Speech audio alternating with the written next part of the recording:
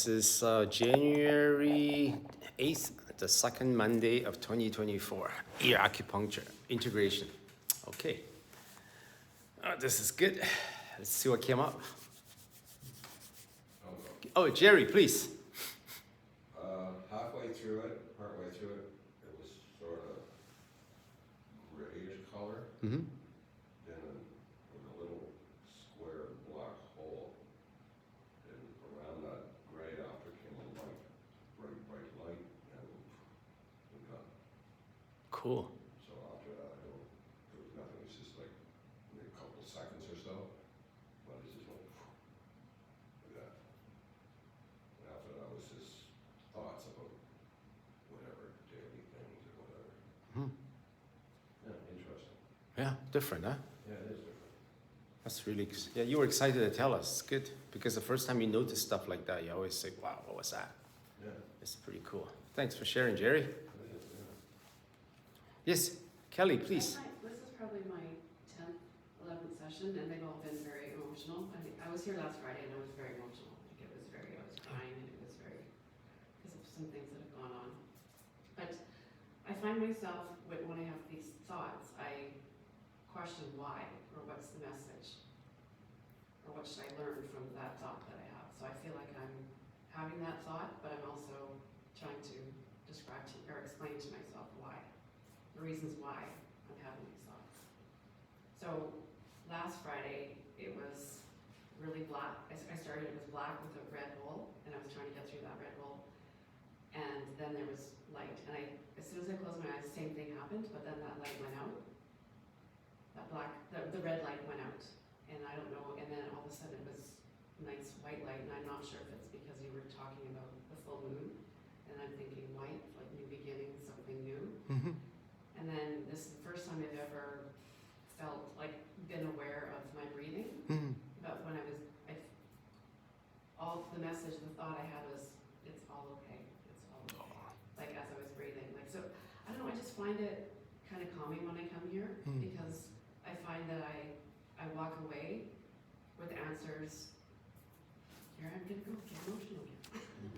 But I just feel like it's better. Mm. I don't know. Beautiful. I don't know. It's just, I don't know, it's almost like therapy session. I know. Without having been told to feel a certain way or told to think a certain way. It's just, but I find like I'm becoming my own therapist. If that makes sense. I don't know. It does make sense. Yeah. Yeah, people will relate to that feeling, right? This is exactly, I couldn't put it better. I always say, trust that inner healing wisdom, I call it. Yeah. It's like the same thing that heals a cut or sets a bone. There's something inside, this brain will bring stuff up in the place of presence. And sometimes the answers will show up, and sometimes there's no answer. And you become okay even the fact that there's no answer. It's okay, I'm still okay with it. That's beautiful, it's just that realization comes deeply. The words cannot describe. So thank you very much for sharing the experience together. And then other people understand what you're talking about. There's that nodding, knowing look. They look at you, they say, oh yeah, I know what that's like. So there's that common understanding. So we come together as a group. Thank you, Kelly. Okay. Welcome. Yes, Arian. So I came in expecting, and I know we're not supposed to come with an expectation, that my mind was going to be like super busy because I have so much going on right now. But it was a calm session, but something that's been really bothering me, like, was playing out the whole time. And usually I get really worked up about it, but I could just see the whole thing just playing out. And like, it's funny because I'm thinking I'm gonna start like breathing heavily now, and I'm gonna get like all worked up and tense and whatever, but I didn't. I just saw this event play out and just sat through it. I call that processing. Sometimes in therapies, they tell you, you got to bring back this event in your life and you got to process it. I don't think that's the way to do it. The way to do it is let the inner healing wisdom do the guide. You'll come up when it's ready. And when it comes up, you'll see it play out, and you have this objectivity, this space between you and this memory that comes through. and I you felt develop, that you space. feel the space, Yeah. and it's a very comfortable space. Yeah. Comfortable enough. You still know what it's like to feel that, but it's not the same overwhelming state when you're looped in. And so that relationship is now restored. You and this piece of memory or this piece of sort of part of you. It's not the relationship is proper. And then when you have that, then you become much more aware of other things. So today, Kelly, you notice your breath. So that was beautiful. Because that breath is, your body. Yeah, Which you I've never noticed before. yeah, it's beautiful. Because you naturally have come back into your body. Because your awareness is now, you're grounded now. You're more and more grounded. You become more and more present with those thoughts once upon a time used to just loop you. No different than what you just described. They used to take you out of the present moment. So when you are back in the present moment, one of the evidences that, of course, you feel calm, right? You feel a sense of peace, and you have like lucidity, clarity about how things are. Even if you don't understand, you're okay with it, right? And also you start to become very aware of your body, your breath. You realize how subtle it is and how beautiful it is. Right? And then you also notice your brain on the side does this little bit of entertainment with lights, right? It does interesting things that the brain normally does that we don't pay attention to because our awareness is too busy being preoccupied by the things that loop us, that used to loop us. So this is good. So thank you for sharing. I have the same feeling ever since I started coming here. It's a kind of a peace. I don't know where it comes from. And I keep asking, oh, there must be something very good here. And I do the same prayer or something at home, or something. It doesn't seem to be. But here I'm absolutely some kind of a peace, just peace. I said it doesn't matter what it is, I'm very peaceful. Beautiful. Yeah, really, I found this place somehow, maybe so many people have done prayers here, whatever it is, there's a very good effect on me. Hmm. Thank you. Thank you, Sarah. So next step, we're going to the Annapana because Yes. that is our temple right here. Yeah, So we don't have to go anywhere. We take it everywhere we go, and it's our breath. So this is how it's taught. Right? So we want to be liberated from anything, from everything, from every ideology, every location, every space, every person, every. So you want to be grounded to your own body right here. There's this technique I teach you. 1 o'clock. please do. Please do come back. I'll show you how to do it. This is not like I didn't create this idea. This is 2,600 years old. No, 3,600. 3,600 years old. People created this method back in the Iron Age. Advent of Iron Age, that's beginning of agriculture. And with agriculture, civilization started to grow. And then soon you have people who knew how to manage other people. So they didn't have time. They don't have to work no more. They don't have to sleep away on the field, right? So they start to overthink. That's the beginning of mental health problems, I think. about 1,200 years ago, beginning of Iron Age, people have skills, right? They send the slaves to the farm to grow, and then all of a sudden they're twiddling their thumb, and their kids have enough food to do what to do, just like our kids. They start thinking, is this what I need to do in life? Or like, what's life all about? They start to overthink, right? They forget. They start to get they go to that next level of need. I think, it's all revolution. So, along came this guy called Buddha, like Zhuangzi, Lao Tzu, all those guys from China that wrote those ancient things to try to teach us about what we need to do, like what is the source of our real suffering, right? We're looped by our own mind, the intelligence, because we have the time to loop now. So that's when y'all started. So this technique that Buddha, I think, is the one that actually come up with actually a real technique that everybody can practice. The other people, they just wrote a bunch of stuff. Unless you get it, you're never going to understand reading them. They say the Tao, when you're ready to understand it, that's when you're going to understand it. The book doesn't help you. Like many things in life, you cannot learn until you understand it already. That's what I always call it. The stars have to line up over our head before sometimes you just get it, But Buddha is distinct. He taught somebody something very, very, a practical technique. You just have to train your awareness to a sensation right here. right? And you become sensory aware, you automatically get out of the loop in your mind. You know that peaceful place that you find when you come here, right? You have it all the time. Can you imagine wherever you go? Even if your husband is going like this, and you know your kids are doing like this, right? All that goes away. All the people you love, you can't run away from. You still can stay peaceful now. That is powerful. That Yeah. means you are in control of your own self, not others. You are in control of yourself. You see, so the secret is that's right. The control is a manifestation of you being present. It's not the control. See, the more we try to control ourselves, the more loop we get. Then we start to beat ourselves up. How come you have no control of yourself? How come you cannot be thinking more positive? Why are you feeling this way? We start feeling guilty for thinking this, for feeling this, right? Doesn't work, you see? The key is to be present. And to be present, you have to have a sensory awareness. It's that simple. If you're aware of your body, like you're aware of your breath, you're in the moment, right? So there's a technique where you can become aware, you can train your awareness to your body so much that you're always aware of your body. That's what yoga does, you see? All those grounding practices like yoga, you're not supposed to try to be the best looking guy in the class when you're there, because then you lost the point. In the yoga class, you're supposed to pay attention to every single joint, every single muscle stretches, right? You're not supposed to just like stretch yourself until you hurt, right? You're supposed to pay attention to those subtle movements in your joints, right? They put you in interesting little posture, so you have to focus. If you don't focus on your body, you'll fall over. So that is the path. They're teaching you how to become more aware of your body, right?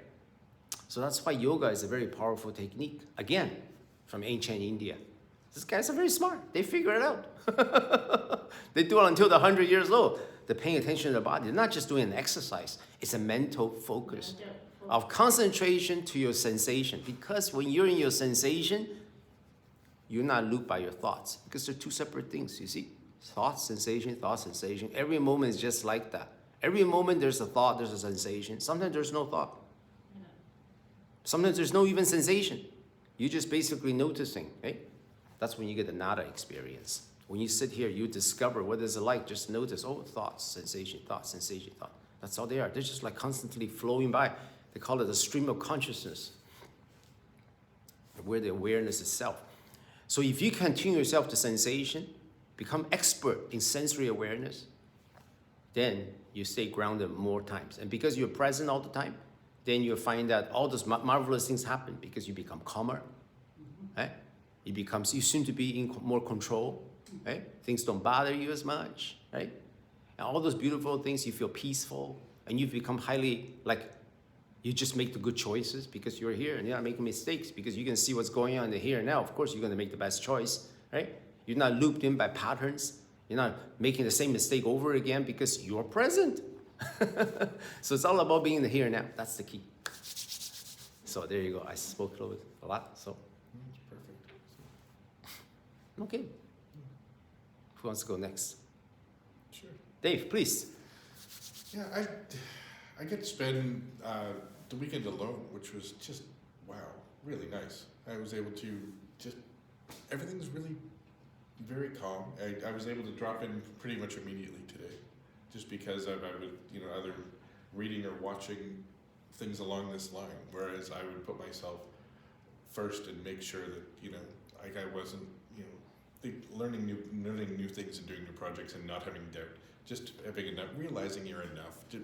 A lot of things that I've struggled with for quite some time, and they seem to all be a lot better. So it's kind of like the path's dividing, and I get to choose which way I want to go, and yeah, it's really nice. And so this has been a huge part of this, and so yeah, that's why I love coming here. It drops right in, body's completely relaxed, and it's the peace that we get from coming here. It's wonderful. So yeah, that's about it. Just really thankful for what you've put on for us. So.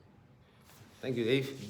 We are peace, We are by default peaceful. We are by default just like awesome. We just are. That is true. We just get looped in by certain ideas in our head. Sometimes we lose that peace. We forget we are peaceful. So when you drop in, it's like, that feeling you get when you're here. When you start learn to get grounded to this spot, you just have it all the time. And after a while, you don't even have to know it's there, you just know it's there. I don't know if it makes any sense. Like the best analogy I can give is when I go to the beach every morning, there's been no sunrise, right? Since January the 4th, but you can see, you still feel the sense that the sun is behind there, just because you don't see it. What's the difference? So one day you might just be very hectic, but you will remember it. But back inside you, you are peaceful. And that is a big difference than completely not knowing who we really are. Thank you.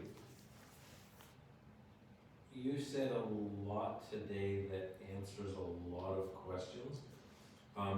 My anxiety journey, the last 11 weeks, I guess I've been coming here, has changed from very hectic, as soon as I close my eyes, the mind going like crazy. So this morning is similar to last week where I have nothing. Like this morning, I had no colors, which then made my brain start going, oh, what's going on? And it was searching. It was searching for a vision, searching for some colors, and I think I got one little thing come in, and then out of the blue, a thought popped in, really odd, about Haitian pirates.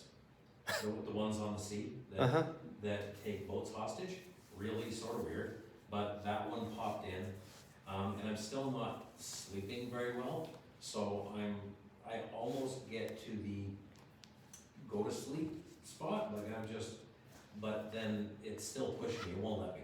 I don't know whether I'm embarrassed to fall asleep and snore or what it is, but my mind won't let me cross to that, and it's still doing the same thing. It's pushing me and making me dizzy, so I have to ground myself.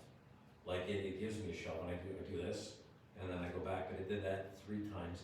So I think I want to go to sleep, but the brain doesn't want me to. But it's not smooth right now. It's and it's got to be that I'm back to work, right? But it's doing some odd things, and I'm like you, when you look for answers, it's sort of like a vacation. If you're on vacation for a week, the first half of your week is beautiful. The second half is going, I got to go back to work, right? I think that my journey changed after like week 4 or week 5, and I think because it knew what was coming on the other end.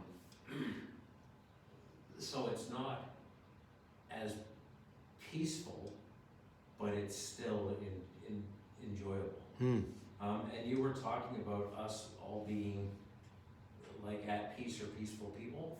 Well, I've been saying this in meetings for years that I'm not a peaceful person anymore. I'm fun. I want everyone to joke and have fun, but I've been pushed.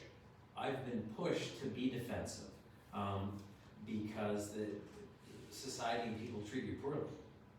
So I agree with what you say. We're born with no thoughts, and we don't judge anything. But I've been pushed so far into a corner and had to fight for everything that's I'm trying to get out of that, right? And this helps a lot. But yeah, nothing here today, really. So thank you so much.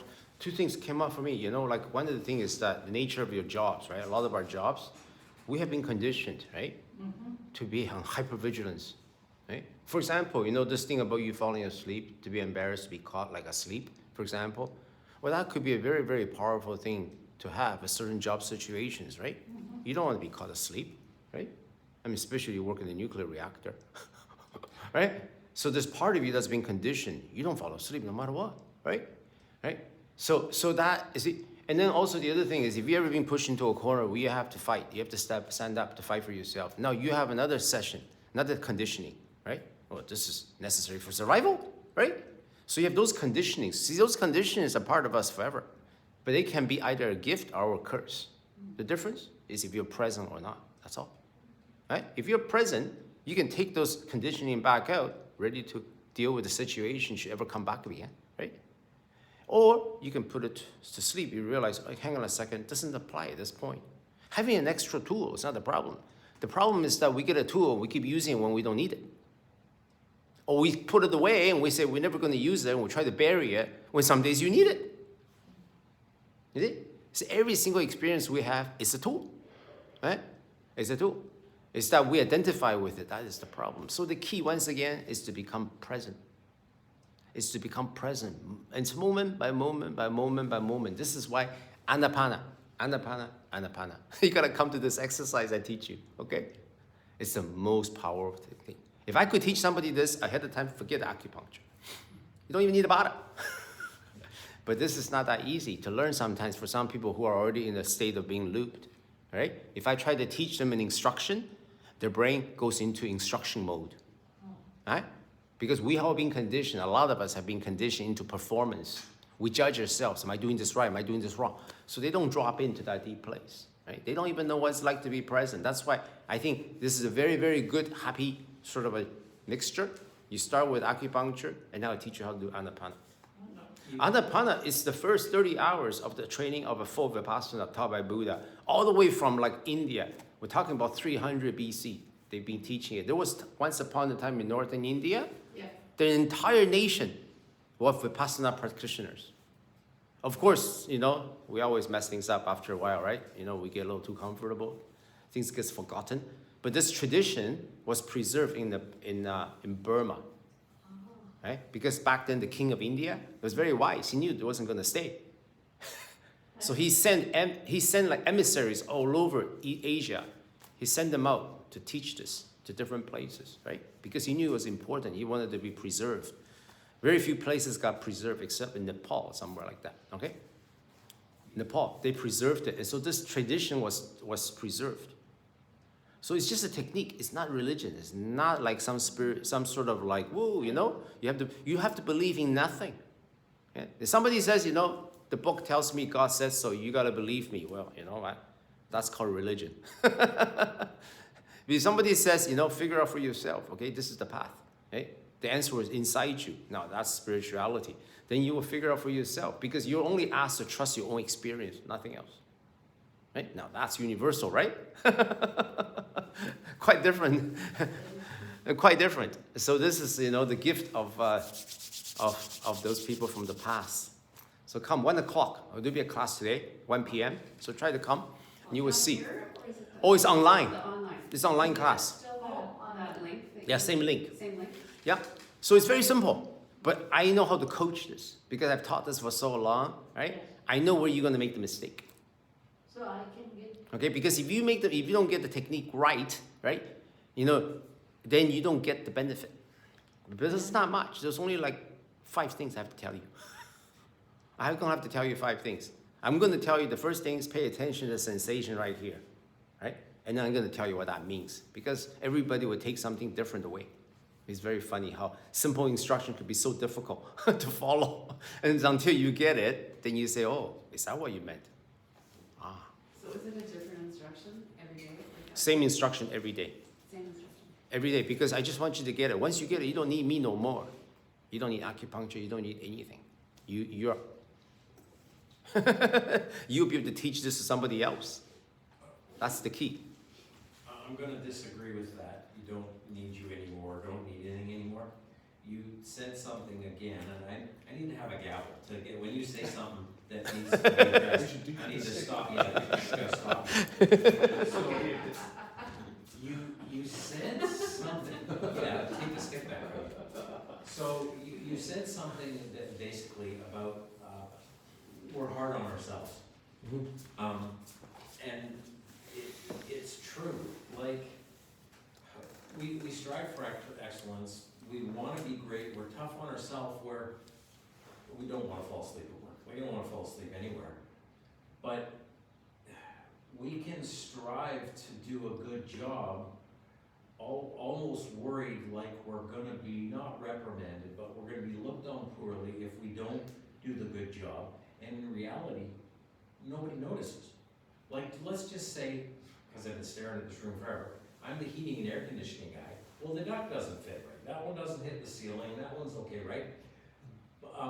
If I wanted to do a good job, I would make those beautiful, thinking that somebody's going to see it and judge me for my work, or my boss is going to give me trouble or whatever.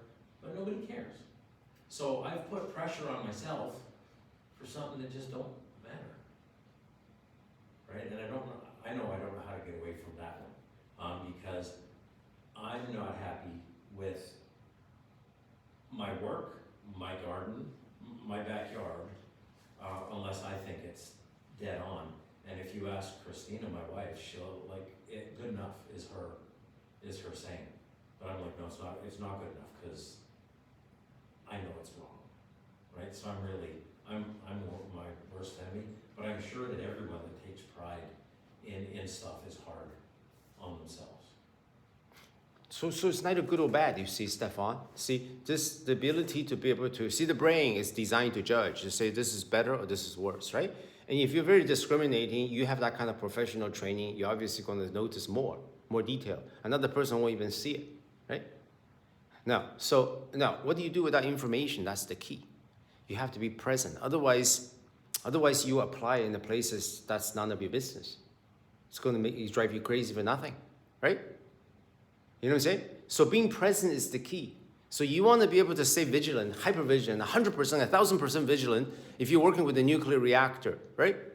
But if you're looking at your son's painting, okay, drew something in grade 12, grade 10 or grade 3, you don't want to see the imperfection. You want to step right outside that, and you want to see the big picture, right? So to be able to zoom in and zoom out, right? To be able to apply each one of your gifts, your experiences in the moment, it's the key. And you know how to do it already. The reason we don't know is not because we don't, it's because we're looped by the thoughts that shows up in our head. At that moment, in that moment, let's say, watch this, I do this. Yeah, go over there and fix it. Okay, if I do that, okay, like that, okay? Now there's so many things going on right here, right? But if that grabs all your attention, you're messed. Your entire awareness is, you can't listen to nothing no more, right? And that is what's going on, because that has simulated a thought of judgment, because I'm like the expert decorator. That's not tolerable, right? Right? And then what happens is, because of my conditioning, now I'm suffering that gift. The very gift that makes me really good in making places look perfect, right? Maybe make me into a certain professional elite. However, it's going to loop me. This is what's going on in everybody's life, whether it's a child or an adult. Something is looping them all the present moment. Okay? So the common denominator, the common solution to everybody's challenge is to become present, that's all. If you're present in the moment, right, you're going to know, well, that's Dr. Yu's problem, ain't mine. Right, but... And then that thought would just pass you, just like those thoughts pass you. Yeah? You have all experienced it. You have no weight. Otherwise, it's just, you're spending time, energy you don't need to spend. No different than your garden. But when you're present, you understand it and you're in the moment. See, then it's always there, because it's, even though you know it's not important, it doesn't matter. But you're aware, and so you know it all. Yes. See, that's the thing. Like, I'm present. I know my hip is bothering me. I'm present. I know, I have a headache from what. So it's always there, even though I shouldn't have a headache from work, because who cares? I do my job. I do it good. Doesn't matter, right? It's really hard to separate some of that stuff from the. So your degree of presence is the key. Sometimes we say we're present, right? We might not be 100% looped, but we're not 100% present either, right? So what happens is, because I'm paying more attention to my gifts, because let's say I'm visually inclined, I got this peripheral vision, I can see that, and this thing is really, what happens is we're no longer, excuse my present moment awareness. I'm paying more attention to that than I'm paying attention to you, or you, or you, or you, or you. It's like a conductor. He has to be equanimous. This is a key word, it's called equanimity, right? Equanimity means everything that comes into your awareness has equal value, right? But some of us are gifted in certain area, so they take more bandwidth than we need to assign it. So part of our training is to become aware, so that you become equanimous. So everything coming in, that thing, takes only the fraction of my awareness, no more, no less. So your garden, no, yes? No, but, okay, if you're aware of something, if you're having a thought, and your, I guess your past behavior would, your brain would tell you to do something. So, but you wanna make a change, so if you do your past behavior, that is what you're calling to be looped, correct? If you're getting looped. So there's the difference between doing and just having the notice. There's a thought comes up in your head about a certain history, Yeah. a memory shows up, right? So that Maybe thought, when that memory comes up, and if you look at your history and how you behaved in that situation, Mhm.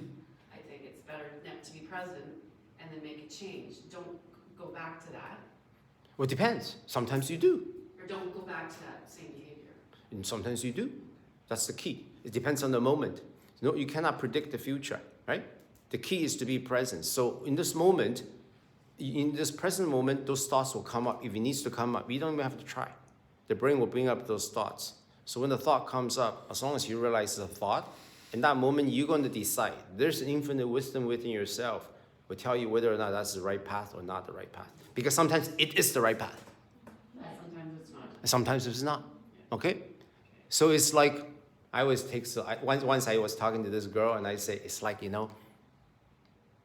just because you had 3 Italian boyfriends that didn't work out, you're not going to reject the 4th one, right? Because that could be the right guy. And it turns out that she had a bunch of Italian boyfriends in the past. It was kind of funny. Because you don't know. Because the brain is going to judge, right? The way you behave each single time. Because there's no 2 moments alike. Every single moment is unique. But our brain is always trying to come up with a rule because it's trying to protect ourselves, you see?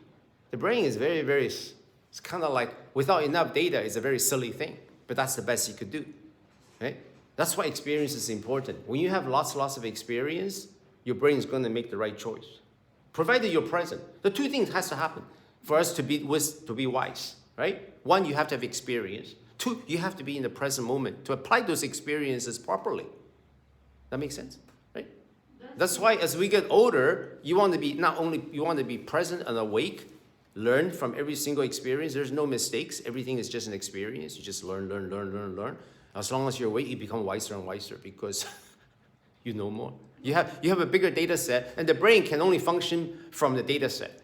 So a child has only seen 2 persons. He can only judge by those 2 people. The 3rd person, he thinks is either 1 or 2, right? But if you've seen 100 people, then you might stop a little bit less judgy. If you see 1,000,000 people, you stop judging because you know the 1,000,001 is going to be different than the other 1,000,000. You have finally learned, right? That's why all the bigots in this world, you got to feel sorry for them because they have been sort of sheltered in so much, right? They don't know.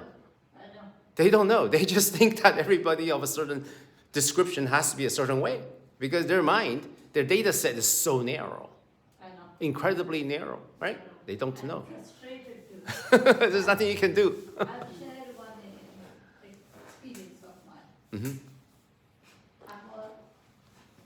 When I came to Canada, it was a new country, I don't know anybody, anything at all.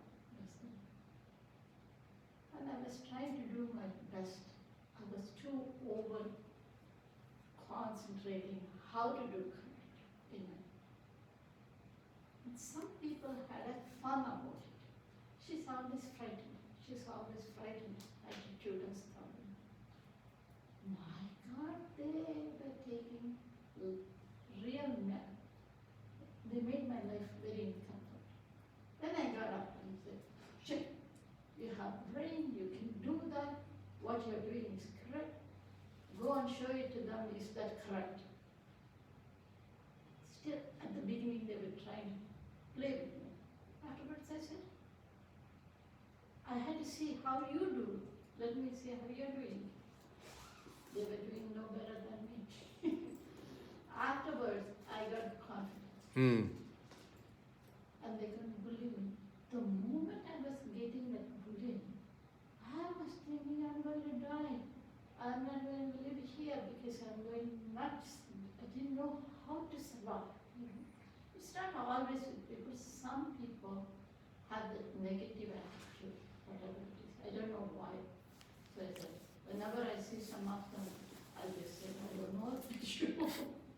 Like, it is just, I don't know what it is. All you have to do is, that's okay, that's okay. But you can't be in okay places too long when it's getting to your, I used to get migraines, I used to get all kinds of. I gave myself, no, I'll do the best, let me see how well they do. They were in the same boat or something. So that gives the confidence, exactly you say, you have to tell yourself, I'll do the better. I can reach there. Thank you, Get Sarah. it. You know, you have to give the puff, otherwise, they throw you out. Thank you. Let's do 5 minutes of Anapana. You have time? I'll teach you. Boss, I gotta go. You gotta go? Yeah. Okay, you go. I also have. You have to go too? Or maybe tomorrow. You guys come back? Anapana. Or 1 o'clock if you show up. After class, we will just go right to it, okay? After class, we'll do Anapana tomorrow if you show up. Otherwise, 1 o'clock, I'll be there. 1 p.m. Thank you. Thank you, Dave. Thank you, sir. If I could come, I would definitely. January 8th, 2024, ear acupuncture integration.